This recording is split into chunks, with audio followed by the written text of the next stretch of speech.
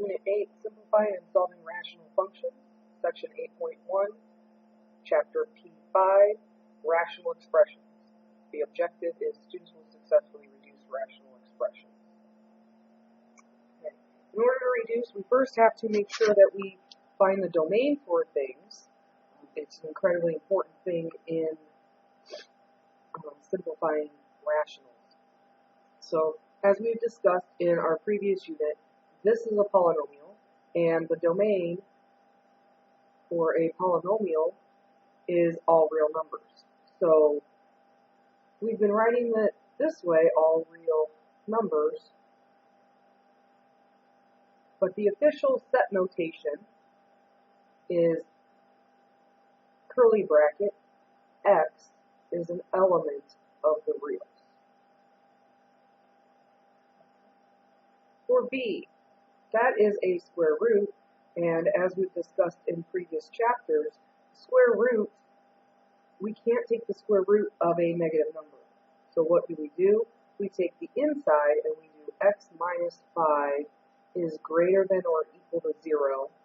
Add 5 to both sides and we get x is greater than or equal to 5. So then our domain in our correct way is x is an element of the reals such that x is greater than or equal to 5. So again, this line is read as such that.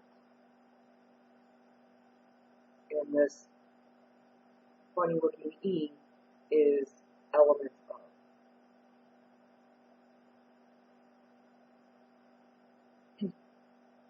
So the way we read that is x is an element of the reals such that x is greater than or equal to 5.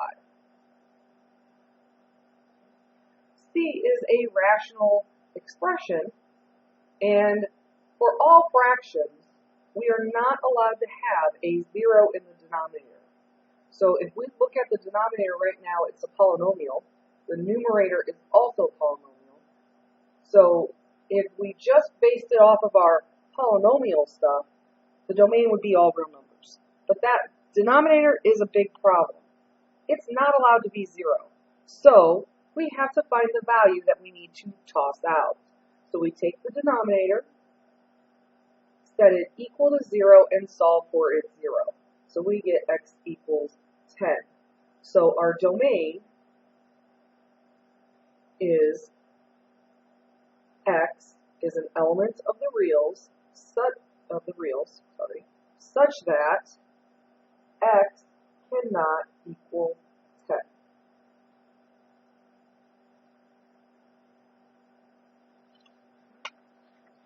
Next page, simplifying. Okay, the steps in simplifying. We always factor each polynomial completely.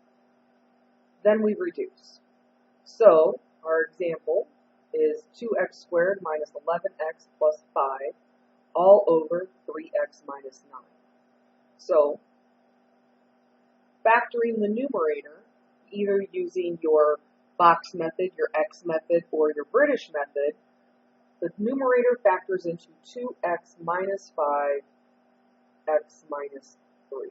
The denominator we also must factor, and the denominator has a GCF of 3, so 3x minus 3. At this point in time, I ask my students to go ahead and find the domain. We have a polynomial, so we go domain is x, element of the reals, such that, and we have to figure out what our zeros of the denominator are. There is no variable here, so that gives us no 0. Here, the 0 is going to be 3. So x cannot equal 3. The reason why we do this domain at this time is our next step is going to be to cross out our common factors from top to bottom. So I have an x minus 3 on top, and I have an x minus 3 on bottom. So this simplifies to 2x minus 5 over 3. That is our answer, along with our domain. We must have both parts for our complete answer. B, again, we are going to factor.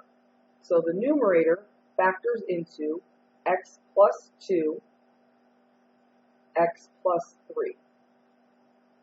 The denominator factors into x plus 3 and 2x minus 7. Again, we're going to find our domain.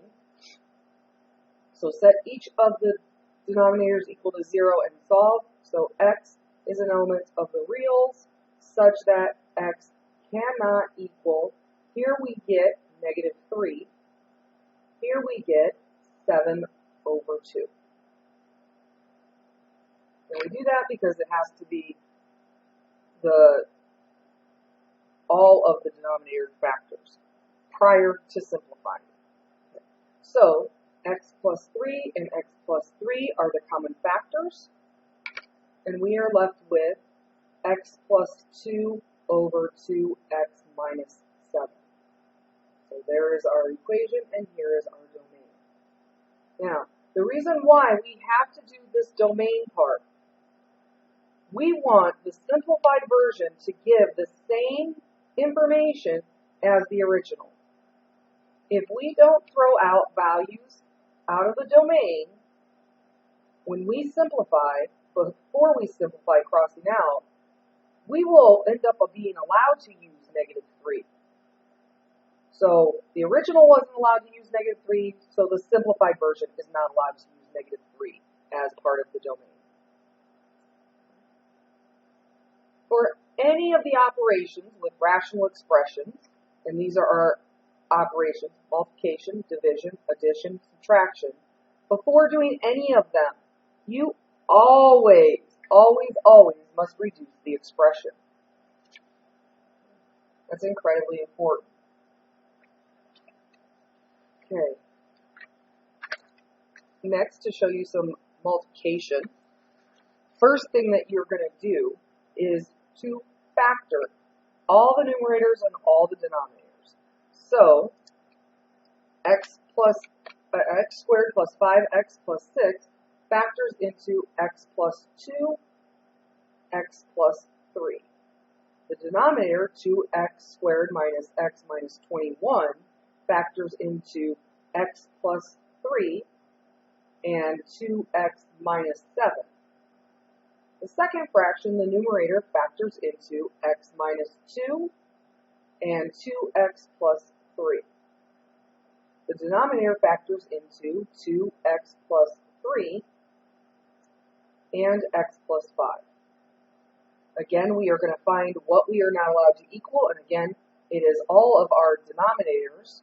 So x cannot equal negative 3, 7 halves,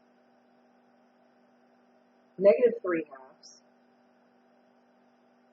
and negative 5. Once we have that, we can start crossing things off. X plus 3 cancels with x plus 3. And then we have 2x plus 3 cancels with 2x plus 3. Now that everything is canceled, we can put things back together. We have x plus 2 and x minus 2. So x plus 2, x minus 2 in the numerator. In the denominator, we have left 2x minus 7 and x plus 5.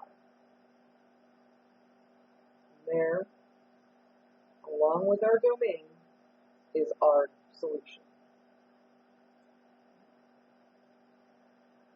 For division, before we do any factoring, we have to turn division into multiplication. So we change to multiplication, and flip. So we end up with x cubed minus 27 over x squared minus 9 times x cubed plus 27 over x squared plus 3x plus 9. Now we are going to factor.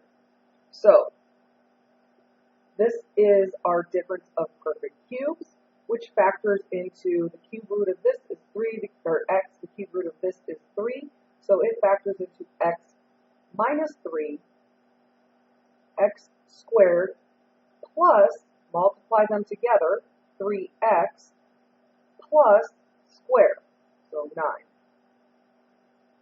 The denominator is a difference of squares, so square root of that is x, square root of that is 3, so x minus 3, x plus 3. Our second fraction, again, is the sum of perfect cubes, so, not equals, multiply by. The square root of that is x, the square root of that is 3, so x plus 3 times x squared, multiply together, and it's a minus sign, 3x, square the 3, so plus 9, over this does not factor. That's a perfect square, that's a perfect square. When I take the square roots, I get x and 3. If I multiply them together, I get 3x. I'm supposed to double, which I would get 6, which does not match that middle term. So that denominator does not factor. So we could put parentheses around it because it's its own factor. There is no more that we can do to it. We need to find what x cannot equal.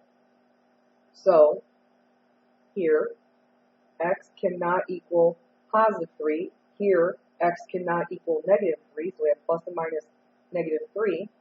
On this, let's go ahead and see what it 0 is. So I'm going to use the quadratic formula. Negative 3 plus or minus the square root of 3 squared minus 4 times a times c all over 2a. So I get negative 3 plus or minus the square root of 9 minus 36 over 2. So I get negative 3 plus or minus the square root of negative 27 over 2. This will produce an imaginary number, which all of our domain is in the real numbers. So there is no 0 that is going to come from this denominator. So there is nothing needed to be written here. We are now ready to start crossing stuff off that is common factors. So our x minus 3 cancels with our x minus 3. Our x plus 3 here cancels with x plus 3 there. Our x squared plus 3x plus 9 cancels with the denominator over here.